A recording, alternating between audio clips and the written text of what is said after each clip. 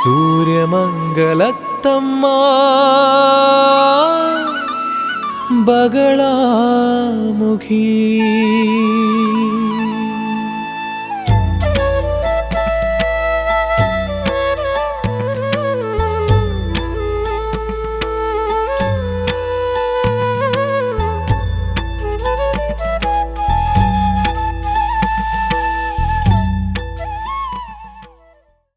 జై జగత్మాత దేవి బగళాముఖి.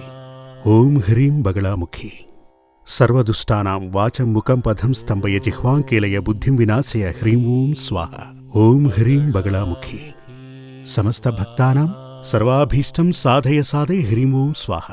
గత ఎపిసోడ్లో మాంగళ్య దోషాలు వాటికి సంబంధించిన విషయాలు చెప్పటం జరిగింది. మీరు కూడా విన్నారు కదా. ఇప్పుడు మాంగళ్య ధారణ తరువాత అంటే సపత్ని యోగం, పునర్వివాహ యోగం ఇటువంటివి జాతకంలో ఉంటే వాళ్లకు పెళ్లి చేసి తీరాలి కదా. సపత్ని యోగం ఉంది కదా అని అటువంటి వారికి పెళ్లి చేయకుండా ఉంటామా? పునర్వివాహ యోగానికి వివాహం చేయకూడదా? ఖచ్చితంగా చేయాలి కదా. అలా ఉన్నవారికి ఏం చేయాలి దాని గురించి చెప్తాను, వినండి. మీ యొక్క జాతకమునందు లేక మీ అమ్మాయి జాతకమునందు లేక అబ్బాయి జాతకమునందు ఇటువంటి దోషములు గనక ఉంటే, అంటే మాంగళ్య దోషం ఉంటే, ఆ మాంగళ్య దోషం ఏ స్థానంలో ఉంది అని ఇదివరకే చెప్పాను కదా. సపత్ని యోగం, పునర్వివాహ యోగం, జారపురుష యోగం, వైధవ్య యోగం ఇవన్నీ కూడా టోటల్గా మాంగళ్య దోషం అనే హెడ్డింగ్కి కింద వచ్చేవే. ఇప్పుడు అటువంటి దోషాలు గనక ఉంటే, ఇటువంటి దోషాలన్నింటికీ కూడా ఇప్పుడు మాంగళ్య దోషానికి స్వయంవర హోమం చేయాలని చెప్పాను. కానీ సపత్ని యోగానికి స్వయంవర హోమం చేయకూడదు. బహుభార్య యోగానికి స్వయంవర హోమం చేయకూడదు. బహుభార్య యోగం అంటే అతనికి చాలా మంది భార్యలు ఉంటారని అర్థం. దానికి స్వయంవర హోమం చేయకూడదు. స్వయంవర హోమం ఎందుకు చేయాలంటే శుభ వివాహాలు జరగాలి, అందుకోసం చేయాలి. శుభ వివాహాలు జరిగినప్పటికీ సంతోషంగా దాంపత్య జీవితాన్ని గడపని వారు చాలా మంది ఉన్నారు. దానికి గల కారణాలు చెప్తాను. అవేంటంటే, సాధారణంగా మగాళ్ళందరూ ఏం ఆలోచిస్తారంటే, నాకు రాబోయే భార్య చాలా అందగత్తె ఉండాలి, అందరూ తనని చూసి ఆశపడాలి. ఈ విధంగానే ప్రతి ఒక్క మగాడు ఆలోచిస్తాడు. అదేవిధంగా అమ్మాయిలు ఏం ఆలోచిస్తారంటే, రాబోయే భర్త అందంగానూ ఉండాలి, మంచి ఉద్యోగం కలవాడై ఉండాలి, బాగా సంపాదించేవాడై ఉండాలని అమ్మాయిలు ఆలోచిస్తుంటారు.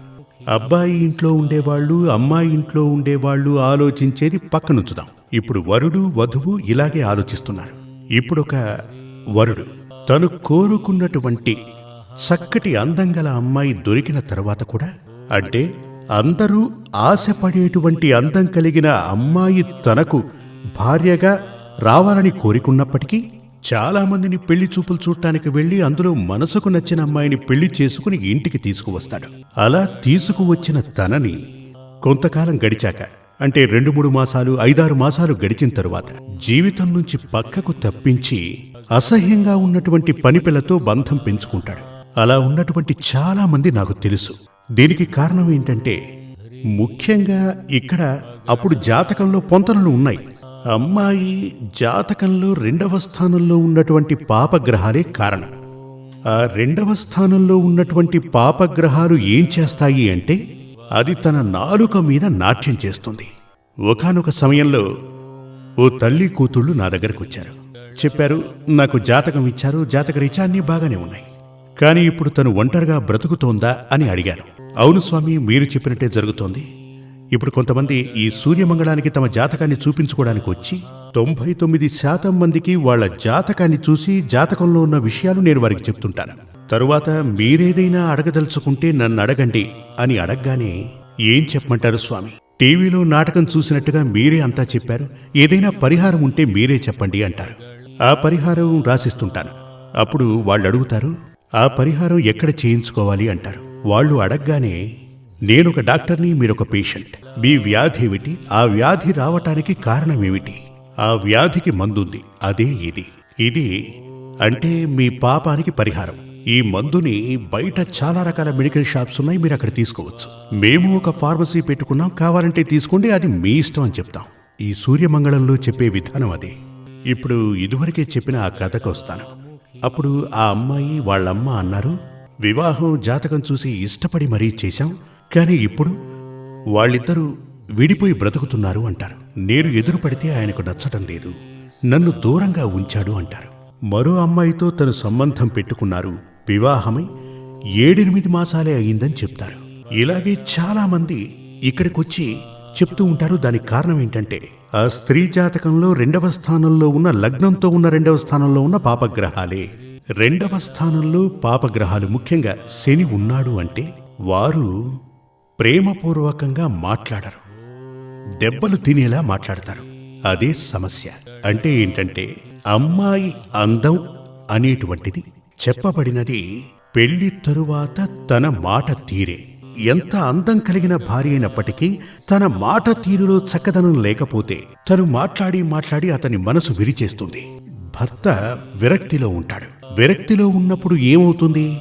ఆ విరక్తి వల్ల తన భార్యని దూరంగా పెడుతూ ఉంటాడు. ఈ మాట తీరు ప్రశాంతంగా, వాళ్ళు నన్ను పరిహారం అడిగారు, నేను చెప్పాను. దీనికున్న పరిహారం ఒక్కటే, పరుషమైన మాట తీరు తగ్గించు, సమస్య తీరిపోయినట్టే. ముఖ్యంగా కోపం వచ్చినప్పుడు నువ్వు మాట్లాడకూడదు, నోరే తెరవకూడదు. నీకు ఎప్పుడు కోపం వచ్చినా ఆ సమయంలో పూజా గదికి వెళ్ళిపో, తలుపేసుకో. పూజ గది ఉంది అని చెప్పారు వాళ్ళ ఇంట్లో, అక్కడే ఉండిపో, సమస్యే ఉండదు. కోపం తగ్గాక మాట్లాడు, అది ఓ పద్ధతి. మరొకటి, 90% ఇళ్లలో అమ్మాయిని పెళ్లి చేసి పంపుతున్నప్పుడు తల్లి తన బిడ్డకు ఉపదేశం ఇస్తూ ఉంటారు. మీరు కూడా అలా చేసే ఉంటారు. చెప్పండి, విందాం, ఏం ఉపదేశం చేస్తారు? ఇదివరకటి రోజుల్లో పెద్దవాళ్ళు చెప్పారు, కుటుంబ గౌరవాన్ని కాపాడాలి, నువ్వక్కడ సంతోషంగా ఉండాలి, మన కుటుంబ గౌరవం మెట్టినింట్లో నువ్వు కాపాడాలి అని చెప్తారు. కానీ ఇప్పుడు అలా చెప్పట్లేదు. అబ్బాయిని గుప్పెట్లో పెట్టుకోమ్మా, ఇలా తనకు చెప్పి పంపుతుంటారు. అదే అసలు సమస్య. ఇక ఈ అమ్మాయి అక్కడికి వెళ్ళిన తర్వాత ఎలాగైనా తన భర్తని తన అధీనంలో ఉంచుకోవడానికి ప్రయత్నం చేస్తుంది. మగాళ్ళు 3 రకాలుగా ఉంటారు. ఒకరు విల్ పవర్ ఉన్నటువంటి వ్యక్తి.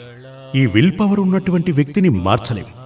అతను భార్యని తన స్థానంలో ఉంచుతాడు, తల్లిదండ్రుల్ని వాళ్ళ స్థానంలోనూ, సహోదరుల్ని వాళ్ళ స్థానంలో ఉంచుతాడు. అలా ఉన్నటువంటి వ్యక్తిని తను ఎంతగా ప్రయత్నం చేసినా తనని మార్చి తన దారిలోకి తీసుకురావడం కుదరదు, సమస్య మొదలవుతుంది. ఇంకొంతమంది మగాళ్ళు ఉంటారు, భార్య ఏదైతే చెప్తుందో అదే తనకు వేదం. భార్య మాట విని అమ్మ, నాన్న, సహోదరులందరినీ పక్కకు పెడతాడు. తను ఏదైతే చెప్తుందో అదే. మరో విభాగం ఏంటి అంటే అమ్మా నాన్న చెప్పిందే వింటాడు, భార్యని పనిపిల్లలా భావించి చూస్తుంటాడు. ఈ 3 విధానాలు తప్పే. ఈ 3 విధానాలు ఉండకూడదు. అసలు అత్తారింట్లో ఈ సమస్యలు ప్రారంభం కావడానికి ఈ అమ్మ తన బిడ్డకు ఇచ్చిన ఉపదేశమే కారణం. మీరు మీ అమ్మాయికి వివాహం చేసి పంపించి తను అక్కడ తన జీవితం సంతోషంగా గడపాలని కోరుకుంటే గనక భర్తని నీ చేతుల్లో ఉంచుకోవాలనే ఉపదేశాలు మానేసి అత్తామామల్ని నీ చేతిలో ఉంచుకొని చెప్పి చూడండి ఒకసారి. అప్పుడు చూడండి, సంతోషంగా జీవితం ఉంటుంది. ఎందుకంటే ఈవిడెళ్ళి అత్తని సంతోషంగా చూసుకుంటుంది, మామని సంతోషంగా చూసుకుంటుంది. ఇలా గనక ఉంటే ఏం జరుగుతుంది? ఉద్యోగం నుంచి వచ్చినటువంటి భర్త ఈ అమ్మాయి తన అమ్మా నాన్నలతో సంతోషంగా ఉండడం చూసి తను కూడా చాలా సంతోషపడతాడు. ఆహా, తను మా అమ్మా నాన్నల్ని చాలా సంతోషంగా చూసుకుంటుంది అనుకుంటాడు. ఆ విధంగా కాస్త ట్రెండ్ మార్చి చూడండి, మీ జీవితంలో సంతోషం ఉండి తీరుతుంది. సపత్నీ యోగం అది గనక మీ జీవితంలో ఉండి ఉంటే దానికి మీరు పరిహారం చేసుకోవాలి. బహుభార్యా యోగం అది ఉన్నా కూడా మీరు పరిహారం చేసుకోవాలి. పునర్వివాహ యోగం అది ఉన్నా కూడా మీరు పరిహారం చేసుకోవాలి. ఈ పునర్వివాహ యోగం అనేటువంటిది ఎటువంటిది అంటే గొడవలతో కూలిపోవడం. దీని కొరకు జాతకంలో పొంతనలు ఎలా చూడాలంటే ఉదాహరణ చెప్తాను. పునర్వివాహ యోగానికి పొంతనలు చూసి వివాహం చేసిన చాలా చోట్ల 100% పొంతనలు ఉన్నా పునర్వివాహ యోగం జరుగుతుంది. దానికి కారణం ఏంటంటే నేనొకసారి ఓ ఆచార్యుణ్ణి అడిగాను. ఈ ఆచార్యుణ్ణి కొంతమంది భక్తులు తీసుకొచ్చారు. ఆయన కూడా జ్యోతిష్యం అవి తెలిసిన వ్యక్తే. అప్పుడు ఆయన అన్నారు, నేను పొంతనలు చూసే వీరి వివాహం జరిపించాను స్వామి, కానీ ఇప్పుడు వీరు ఇద్దరు విడిపోయే స్థితిలో ఉన్నారు. దానికి కారణమేంటో తెలియట్లేదు, వేరే ఏదైనా ఉందా, ప్రశ్న వేసి చూద్దామని ఇక్కడ దాకా వచ్చాను అన్నారు. నేను జాతకాన్ని చూశాను, రెండింటిలోనూ పునర్వివాహ యోగం ఉంది. పునర్వివాహ యోగం ఫలించాలంటే ముందుగా ఒక వివాహం జరిగి అది విడిపోయి తరువాత మరో వివాహం కదా జరిగి తీరాలి. అదే కదా పునర్వివాహ యోగం. అప్పుడు నేను వారిని ఇలా అడిగాను, ఇద్దరికీ పునర్వివాహ యోగం ఉంది, వీరికి పెళ్లి చేయకూడదు, ఎందుకు ఈ తప్పు చేశారనగానే ఆయన చెప్పారు, అవును స్వామి, ఇది కూడా ఓ పొంతనే కదా, ఈయనకి పునర్వివాహ యోగం ఉంది, తనకు పునర్వివాహ యోగం ఉంది, ఈ రెండూ పొంతనే కదా అన్నాడు. ఈ పొంతన గురించి చెప్పాలి అంటే ఒకరి జాతకంలో ప్రతిరోజు తన భార్యని కొడుతుంటాడు, అలా అని తన జాతకంలో ఉంది. భర్త జాతకంలో ఏముంది? ప్రతిరోజు తన భార్యని కొడతాడు అనుంది. స్త్రీ జాతకంలో ఏముంది? ప్రతిరోజు తను దెబ్బలు తింటుంది అని రాసుంది. స్త్రీ జాతకం ఏం చెప్తోంది అంటే తను ఎవరినైతే వివాహం చేసుకుంటుందో తను ప్రతిరోజు ఈవెన్ని కొడతాడు, తను కొడతాడు అని ఉంది, తను తింటుంది అని ఉంది. అది పొంతనే కదా. అలా అని ఆయన అడిగారు. చూడండి, ఇద్దరికి వివాహం చేసేది సంతోషంగా జీవించడానికే కదా, పోట్లాడుకోవడానికి కాదు కదా. అంటే భర్త చేతులలో నిత్యం దెబ్బలు తింటుందని స్త్రీ జాతకంలో ఉంటే స్త్రీకి అణకువగా ఉండే పురుషునితో పెళ్లి జరిపించాలి. అప్పుడేమవుతుంది? మీరు కూడా చూసే ఉంటారు, కొన్నిళ్లలో ఆ ఇంటి ఆవిడ గయ్యాళిలా అరుస్తూ ఉంటుంది, భర్త ఏం చేస్తూ ఉంటాడు? మౌనంగా ఉంటాడు, నోరే తెరవడు. ఇక వాళ్ళ మధ్య గొడవలే ఉంటాయి చెప్పండి, ప్రశాంతత ఉంటుంది. ఇది శాస్త్రీయంగా జ్యోతిష్యాన్ని తెలుసుకున్న వారికే తెలుస్తుంది. ఇటువంటి దారులున్నప్పుడు వివాహం జరిపించాలి అనుకుంటే గనక, పొంతనలు చూస్తే గనక వాళ్ళు సంతోషంగా తమ నిండు జీవితాన్ని ఆనందంగా గడుపుతారు. సంతోషంగా వాళ్ళు జీవిస్తూ ఉంటారు. మాంగళ్యం అనేది సరికొత్త వంశం. ఈ వంశంలోకి కలవటం, మనల్ని చూసే రాబో తరాలు వారు జీవిస్తూ ఉంటారు. అలాంటప్పుడు మనం సంతోషంగా ఉండి తీరాలి. అది మాత్రమే కాదు, జీవితం ఒక్కసారిగా దొరుకుతుంది, అది సంతోషంగా ఉండాలి. ఎందుకని? ఇతరుల కోసం మనం త్యాగం చేయటం. అది భార్యగా అడుగు పెట్టే వరకు తను ఎవరు, భర్తగా అడుగు పెట్టే వరకు తను ఎవరు కదా. అటువంటి వ్యక్తి కోసం మనం అనవసరంగా ఎందుకు మన సుఖ సంతోషాల్ని త్యాగం చేయాలి? చాలా మంది చెప్తూ ఉంటారు, ఏమ్మా మీరు పెళ్లి చేసుకుని సంతోషంగా ఉన్నారా? ఏదో సర్దుకుని పోతున్నాం స్వామి అలా అని చెప్తుంటారు. మగాళ్ళని గనక అడిగితే విధి అలా అని చెప్తుంటారు. అసలు ఎందుకు ఇలా సర్దుకోవటం? అది అవసరం లేదు. జీవితం సర్దుకుపోవటానికి కాదు, అసలు సర్దుకోవటమే ఉండకూడదు. సంతోషంగా జీవించాలి. దానికి ఏం కావాలి? వివాహానికి ముందే మంచి ఒక ఆచార్యుణ్ణి కలవండి. ఆయన మీకు మార్గదర్శనం చేస్తారు. ఒకవేళ వివాహం జరిగిపోతే దానికి కూడా పరిహారం ఉంది కదా. మీ జీవితంలో అసలు సంతోషమే లేదా, సుఖం లేదా? దానికి మీ జాతకాన్ని తీసుకుని మంచి ఆచార్యుణ్ణి కలవండి. ఆ సమస్య నుంచి మీకు సంపూర్ణంగా విముక్తి లభిస్తుంది, పరిహారం దొరుకుతుంది. జై జగన్మాత దేవి బగళాముఖి. నేను చెప్పేది వింటున్న మీ అందరికీ ఆ తల్లి అనుగ్రహం చేకూరాలి.